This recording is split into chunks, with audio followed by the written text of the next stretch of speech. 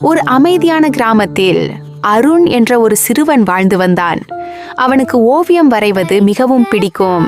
பள்ளி முடிந்ததும் அவன் வண்ண கிராயன்களை எடுத்துக்கொண்டு புதிய உலகங்களை தனது காகிதத்தில் உருவாக்குவான். அவன் மனதில் தோன்றும் எல்லா கனவுகளையும் அவன் ஓவியமாக மாற்றுவான்.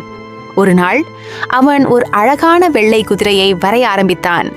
அந்த குதிரைக்கு நீளமான மயிரும் மின்னும் கண்களும் வானவில் போன்ற வாலும் இருந்தது. அது சாதாரண குதிரை அல்ல, அது அவன் கற்பனையின் அதிசயம். அந்த இரவு நிலவொளி அவன் வரைந்த குதிரையின் மீது மெதுவாக விழுந்தது. அப்போது ஒரு அதிசயம் நடந்தது. அந்த ஓவிய குதிரை மெதுவாக உயிர் பெற்றது. அருணின் கற்பனை நிஜமாக மாறியது. அந்த மந்திர குதிரை அருணை ஒரு மாய உலகத்திற்கு அழைத்துச் சென்றது. அங்கு மரங்கள் வண்ணமயமாக ஜொலித்தன, நதிகள் இனிமையாக பாடின, மேகங்கள் கூட சிரித்தபடி வானத்தில் மிதந்தன. ஆனால் அந்த உலகத்தில் ஒரு சிறிய சோகம் இருந்தது. அங்கிருந்த குழந்தைகள் தங்களின் கற்பனை சக்தியை மறந்துவிட்டார்கள்.